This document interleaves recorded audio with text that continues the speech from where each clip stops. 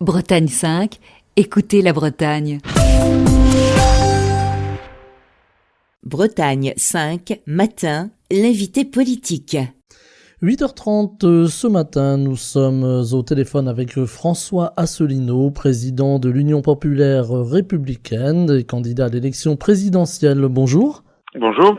Alors vous étiez déjà venu sur l'antenne de Bretagne 5 en mars pour nous présenter votre programme, monsieur Asselineau. Vous étiez mardi dernier à la télévision lors de ce débat entre les 11 candidats à l'élection présidentielle. Qu'est-ce que vous en avez retenu de ce débat ? Écoutez, d'abord, la première chose qui s'est produite, c'est que les Français ont pu constater qu'il n'y avait pas 5 candidats, mais qu'il y en avait 11. Ça, c'est un premier acquis. Ils ont pu constater également que ce débat a été correctement mené. Bon, moi, j'aurais aimé évidemment dire beaucoup plus de choses, comme d'ailleurs tous mes collègues, je suppose. Mais globalement, ça s'est passé correctement et je pense que ça a été intéressant. Les Français, je pense, ont trouvé que c'était intéressant de confronter les idées et de confronter aussi les personnalités. C'est ça qui est important. En particulier parce que ça permet à des Français qui ont déjà envisagé de voter pour tel ou tel candidat de voir d'autres candidats et parfois ça peut les interpeller.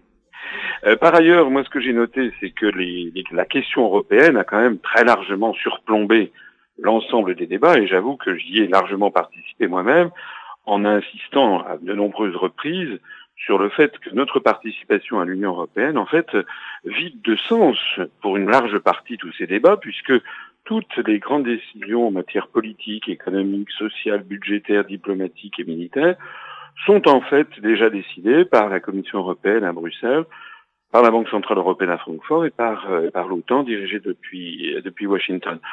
J'ai notamment à plusieurs reprises brandi le rapport des grandes orientations de politique économique fixées à la France par la Commission européenne. Je note d'ailleurs qu'aucun des 10 autres candidats ne m'a contredit. J'avais même le sentiment souvent qu'ils étaient un peu inquiets de ce que j'allais dire et qu'ils étaient sans réponse parce qu'en fait, j'ai cité beaucoup d'articles des traités. Alors certains s'en sont étonnés en disant que ça faisait... on vous a moqué un petit peu là-dessus. Oui, on m'a moqué, mais moi je suis, excusez-moi, mais il s'agit de diriger la Maison France. Il s'agit d'avoir quelqu'un de compétent et qui sait de quoi il parle.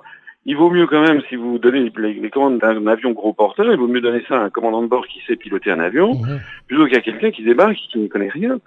Moi, je connais en effet les engagements de la France par l'intermédiaire des traités européens et surtout ça clôture le débat. C'est-à-dire qu'en fait, vous avez vu que les autres candidats n'avaient rien à dire. Et d'ailleurs, c'est tombé dans un silence de cathédrale, c'est-à-dire que je dis la vérité. Alors, la dernière chose que je tire comme enseignement, c'est que tout le monde a pu constater qu'en fait, sur les 11 candidats, il y en a 10 qui sont pour la construction européenne, pour son principe, que parmi les 10, il y en a 4-5 qui veulent renégocier les traités, à commencer par Madame Le Pen, qui ne propose pas, contrairement à une légende, qui ne propose pas de sortir de l'Union européenne, qui propose de renégocier les traités, à continuer par Monsieur Mélenchon, qui propose de renégocier les traités européens, à continuer par Monsieur Cheminade, à continuer par Monsieur Dupont-Aignan, et sans doute, si j'ai bien compris, Monsieur Hamon. Donc tout ce petit monde veut renégocier les traités européens. Et moi, j'ai expliqué que c'est impossible concrètement, puisqu'il faut obtenir l'accord unanime des 27 autres gouvernements, et puis des 27 autres peuples au moment de la ratification. C'est-à-dire qu'il faut obtenir l'accord unanime de 28 plus 28, si on y ajoute la France, ça fait 56 accords unanimes, pour renégocier les traités où les autres États accepteraient de s'aborder une partie des atouts, des avantages qu'ils ont obtenus dans des négociations complexes depuis 60 ans, et ils accepteraient de s'aborder leurs intérêts nationaux pour nous faire plaisir à nous, Français. Est-ce que c'est possible? Poser la question, c'est y répondre, c'est évidemment impossible. De telle sorte que Madame Le Pen ou Monsieur Mélenchon, s'il devenait président de la République, ne pourrait en fait rien renégocier du tout. Alors s'ils le savent à l'avance, pourquoi est-ce qu'ils entretiennent ce mensonge vis-à-vis des Français? Je vois que Madame Le Pen, maintenant, elle repousse à 2018, aux élections italiennes, l'idée de commencer à sortir de l'euro. Tout ça n'est pas sérieux au moment où la France ne cesse de s'enfoncer dans le désastre tous azimuts. Voilà. Il y a eu un candidat qui a détonné parmi les 11 présents sur le plateau de BFM, c'est Philippe Poutou, qui a pris la parole d'une façon très libre. Comment vous avez ressenti ça? Écoutez, moi, d'une façon un peu partagée, dans un certain sens, je m'en suis félicité, d'abord, puisqu'il a apporté un petit peu de gaieté, de parler un petit peu populaire, un petit peu vrai, etc. Ça a été, en fait, moi, j'ai trouvé que en tout cas, il représentait, parce que je parcours beaucoup la France, et il représente une façon de réagir d'un certain nombre de nos concitoyens. Donc moi, j'ai trouvé que sa présence était justifiée. D'un autre côté, l'inconvénient de cette posture, c'est aussi que ça ne me paraît pas crédible pour être président de la République. Un président de la République ne peut pas se comporter comme ça. Donc, ce n'était pas non plus quand même très très sérieux pour diriger la France. Philippe Poutou, d'ailleurs, revendique lui-même le fait de ne pas vouloir être président de la République. Oui, d'ailleurs, il l'a dit, il ne le souhaite pas. Comme Madame Arthaud qui a dit qu'elle ne serait pas élue, comme Monsieur Cheminade qui a dit qu'il ne serait pas élu. Moi, écoutez, je suis un démocrate. Moi, j'estime que dans la mesure où ces personnalités ont obtenu les 500 parrainages, il n'y a pas à faire de différence entre les parrainages. Ils contribuent au débat, et moi je trouve que c'est bien. Ce que je ne trouve pas bien en revanche, ce sont des aristocrates qui décident qu'il n'y a que 5 candidats qui seraient chics à entendre, et que les autres ne devraient pas être entendus. Et puis je me permets d'insister sur le fait que parmi les 6 personnes qui ont été écartées du débat de TF1, il y a effectivement Madame Arthaud, Monsieur Cheminade, Monsieur Poutou et puis Monsieur Lassalle qui a été également assez tonitruant et qui étaient des choses amusantes. Mais bon, voilà, ça c'était des candidats, ils ont un petit peu de témoignages. Et puis il y en a eu 2 qui sont Monsieur Dupont-Aignan et moi-même qui, je pense, ont montré qu'ils étaient des candidats sérieux pour concourir. Je crois qu'il y avait un petit peu une différence entre les 6 candidats qui avaient été écartés. Ce débat à 11 a montré qu'il était intéressant et puis que finalement, ça n'a pas été la cacophonie autant redoutée que ça a de temps en temps un petit peu. Bien sûr, on aurait souhaité quelque chose de plus libre, que les débats soient plus approfondis sur des sujets, mais finalement, je trouve que l'exercice s'est révélé assez intéressant. D'aucuns disent que vous êtes relativement proche dans les idées de Nicolas Dupont-Aignan. Qu'est-ce qui vous rapproche? Qu'est-ce qui vous éloigne?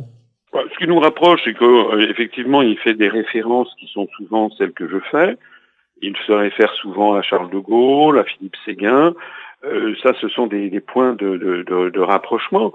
Ce qui nous distingue en revanche, c'est d'une part le positionnement politique, puisque quoi qu'il en dise, son mouvement politique est quand même marqué très très à droite. Je rappelle qu'il a fait alliance au moment des élections régionales avec la Ligue du Sud de Jacques Bompard, donc qui est un mouvement d'extrême droite. Je rappelle que à l'élection présidentielle de 2012, il avait dit que s'il était élu président de la République, il prendrait Madame Le Pen comme Premier ministre.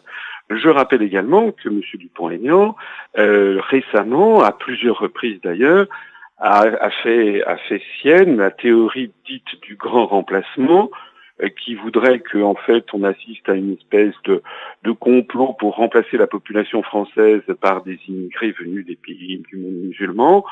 C'est une théorie tout à fait d'extrême droite que même Madame Le Pen n'ose pas sortir.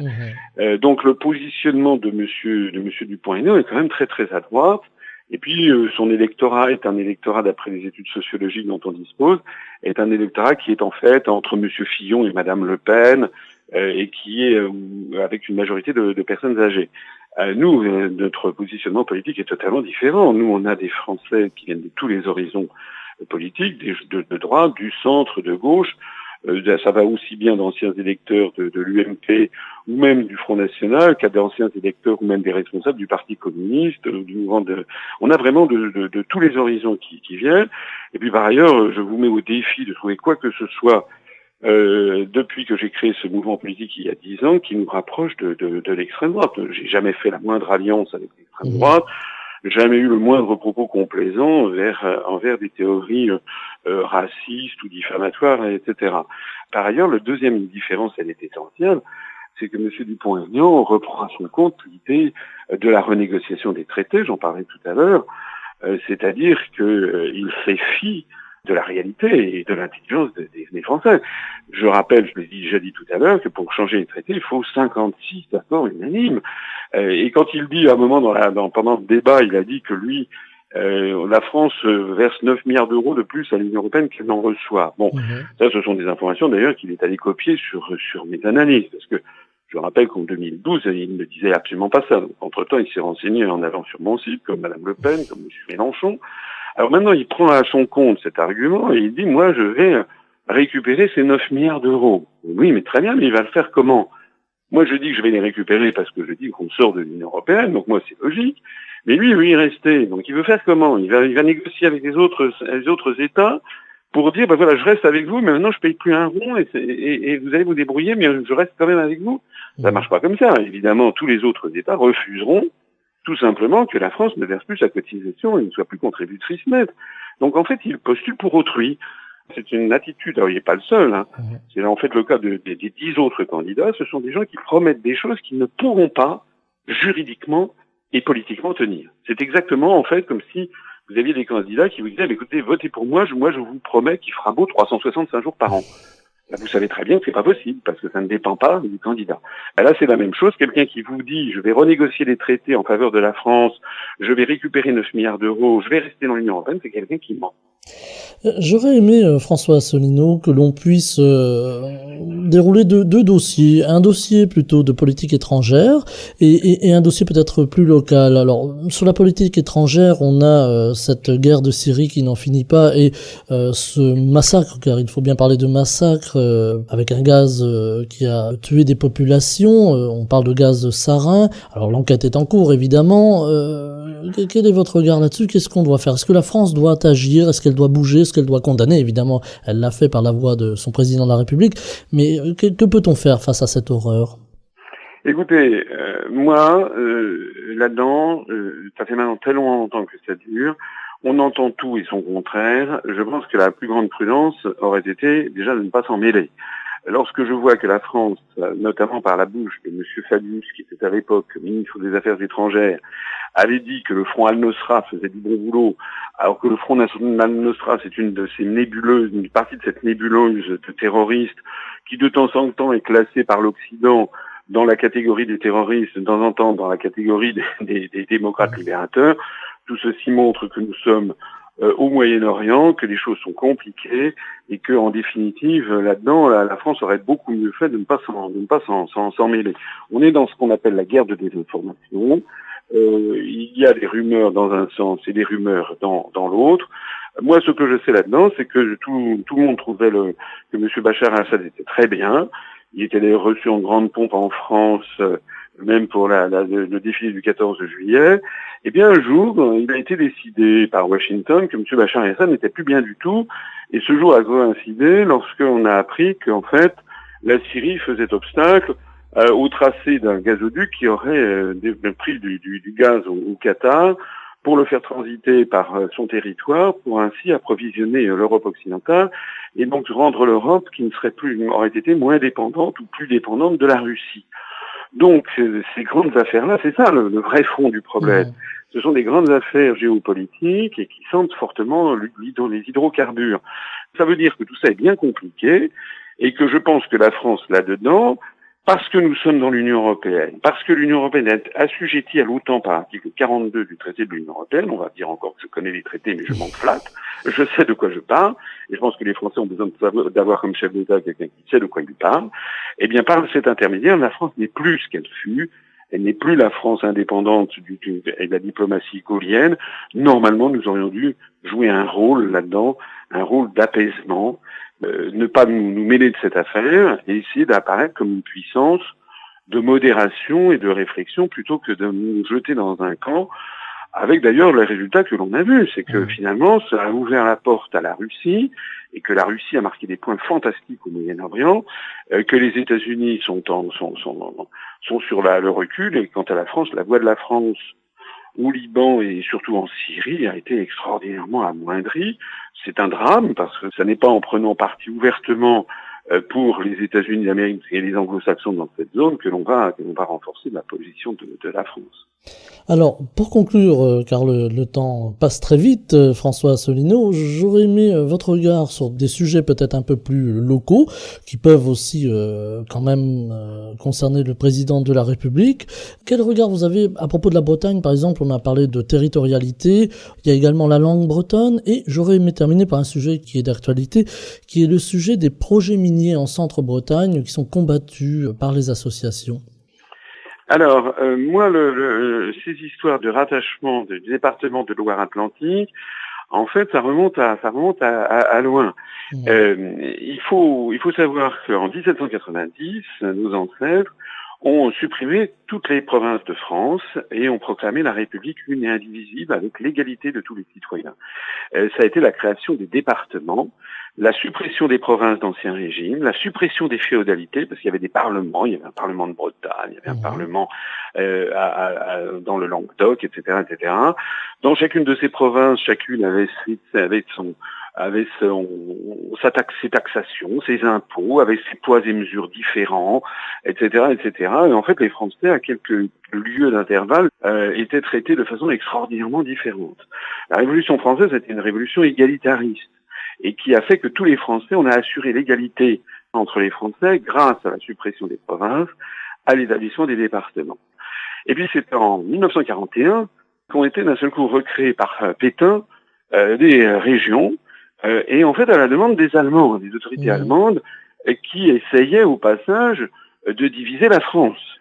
Alors, au moment où Pétain a décidé de la création de la région Bretagne, il a en effet, c'est lui qui a enlevé le département de Loire-Atlantique, qui historiquement pouvait se rattacher à la Bretagne, c'est exact, pour créer une région au Pays de la Loire. En 1944, à la Libération, ces régions ont été supprimées, et bien elles ont été recréées en 1972 par Georges Pompidou, sous d'autres tracés, mais en Bretagne, Georges Pompidou a recréé le même profil. Alors, pour tout ça, et je crois que je suis là aussi différent de tous les autres candidats, moi je tire la sonnette d'alarme. Parce que derrière ces revendications régionalistes, il y a la politique dite des eurorégions. Aujourd'hui, qui est une politique menée subrepticement depuis Bruxelles et qui vise en fait à saper constamment les États-nations d'Europe occidentale. On le constate en Espagne, avec la montée des revendications de l'indépendance de la Catalogne dans le cadre de l'Union européenne, de l'indépendance du Pays Basque, de la Galice, etc.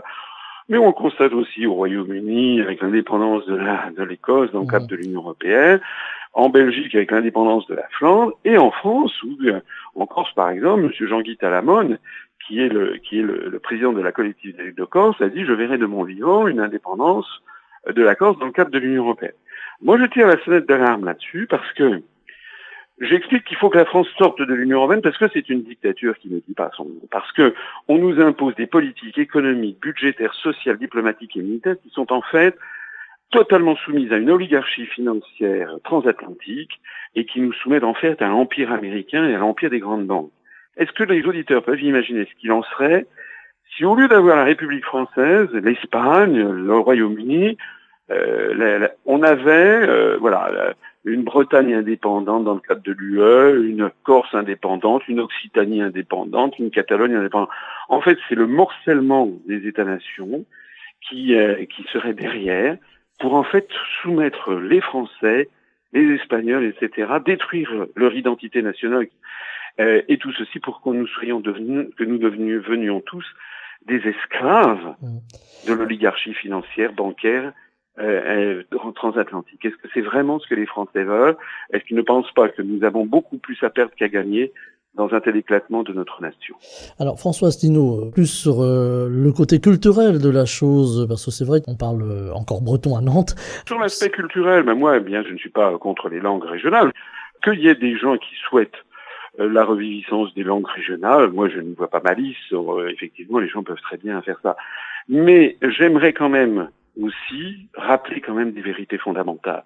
Les vérités fondamentales, c'est qu'actuellement il y a quand même 40% des jeunes Français qui sortent de l'école primaire pour entrer au collège qui ont des difficultés de lecture et d'écriture en langue française.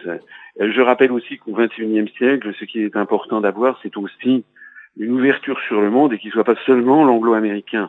Moi, je milite pour que les jeunes Français, ils apprennent aussi les grandes langues du monde d'aujourd'hui et de demain, qu'il y ait une ouverture sur le japonais. Moi, je parle le japonais, j'ai vécu au Japon, vers le chinois, vers le russe, vers le brésilien, vers l'hindi, c'est-à-dire des grandes langues du monde, parce que Moi, je veux sortir de l'Union européenne, mais ça n'est pas pour refermer la France sur elle-même, hein. Je veux que la France, elle renoue avec sa vocation universelle et que les Français d'aujourd'hui soient armés pour le monde d'aujourd'hui. Donc moi, je veux rouvrir la France sur le monde. Et je note, moi, que c'est la construction européenne, en fait, qui referme la France sur un périmètre étriqué qui va de Gibraltar à la Laponie, et qui est un périmètre méfiant vis-à-vis du monde arabo-musulman, vis-à-vis de la Russie, vis-à-vis de ça, et qui cultive et qui veut développer le séparatisme régional, en fait, pour un petit peu renfermer les gens sur une vision passéiste de ce que a pu être l'histoire de France sous l'Ancien Régime. Voilà ma vision du monde. Donc elle est nuancée. Bien sûr que si les gens souhaitent apprendre le breton, le gallo, le picard, le poitevin saintongeais, etc., le niçard-anis, ça fait partie c'est normal, ça fait partie d'un certain souci de garder ses racines. Je trouve ça sympathique. Mais il ne faut pas que ça devienne, à mon avis, quelque chose de systématique, que ce soit une espèce de... Parce que le monde est vaste, le monde est beaucoup plus vaste que ça.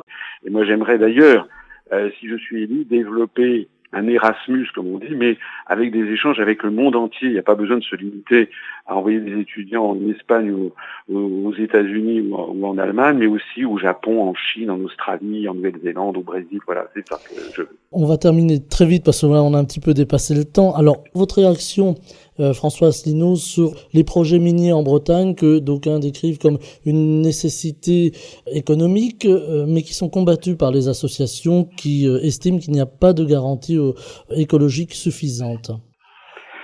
Pour être honnête avec vous, c'est un dossier dont j'ai entendu parler, mais que je ne connais pas en profondeur. Donc, j'ai toujours un peu des réticences à m'exprimer, parce que je suis quelqu'un d'honnête, de sincère et de droit. Vous avez vu, vous soulignez tout à l'heure que j'avais été remarqué par ma connaissance des traités article par article de la Constitution. Là, c'est un dossier, donc j'ai vu passer ça dans la presse, mais je ne connais pas le dossier dans son intégralité. Donc c'est ce que vous me demandez, c'est un peu une réaction comme ça, de superficielle et d'emblée. Moi, j'aime beaucoup la Bretagne. Vous savez que j'ai des attaches en Bretagne. Moi, j'ai pas envie de voir saccager la Bretagne. Voilà. Donc, si projet minier il faut en effet que ce soit d'abord bien validé, avec des conditions de protection de l'environnement drastiques, mais il faut voir quelle est l'économie générale du projet. Il y en a un peu assez aussi. Les Français en ont marre de voir que le saccage général pour des intérêts, toujours plus de profit, toujours plus. Il y a des limites. Donc là, moi, spontanément, si vous voulez, j'aurais plutôt tendance à avoir de la sympathie pour les associations de protestation qui vont dans ce sens. Alors, sauf si on me prouve qu'il y a vraiment quelque chose d'extraordinaire à trouver derrière, moi, personnellement, je serais très réservé, voire hostile. J'en profite d'ailleurs pour rappeler que sortir de l'Union européenne, c'est aussi mettre un terme à la mondialisation effrénée qui saccage l'environnement. Parce que c'est à cause des traités européens qu'il y a la délocalisation des industries à l'autre bout du monde. Et je dis qu'il n'est pas normal, et c'est absurde, et ça ne pourra pas continuer comme ça pendant encore des années et des siècles, que l'on fasse fabriquer tout à 15 000 kilomètres, des chaussures, des vêtements, des ordinateurs, des téléphones, des meubles, des jouets, etc. Parce que c'est ça qui provoque aussi. D'abord, on fait fabriquer des choses dans des pays à très bas coûts sociaux, salariaux, mais aussi avec des très faibles charges environnementales et des très faibles normes de protection de l'environnement. Mais aussi, il y a une noria de navires qui polluent les océans. Voilà. Pour protéger la planète de façon sérieuse, il faut favoriser la production locale pour la consommation locale. Et c'est un problème plus général que celui que vous évoquez. Il va falloir mettre un terme à cette mondialisation effrénée. Il ne s'agit pas de vivre en autarcie, mais il s'agit en tant que faire se peut d'essayer d'avoir la préservation des ressources pour nos successeurs, pour nos enfants, nos petits-enfants, etc. Moi, je crois que c'est toujours ça qu'il faut avoir à l'esprit, y compris dans ce projet que vous évoquez. François Asselineau, je rappelle que vous êtes président de l'Union populaire républicaine, l'UPR, et que vous êtes candidat à l'élection présidentielle. Vous étiez notre invité politique dans ce Bretagne 5 matin du lundi. Merci d'avoir été avec nous. Merci beaucoup. Pour écouter les émissions de Bretagne 5, rendez-vous sur notre site internet bretagne5.fr.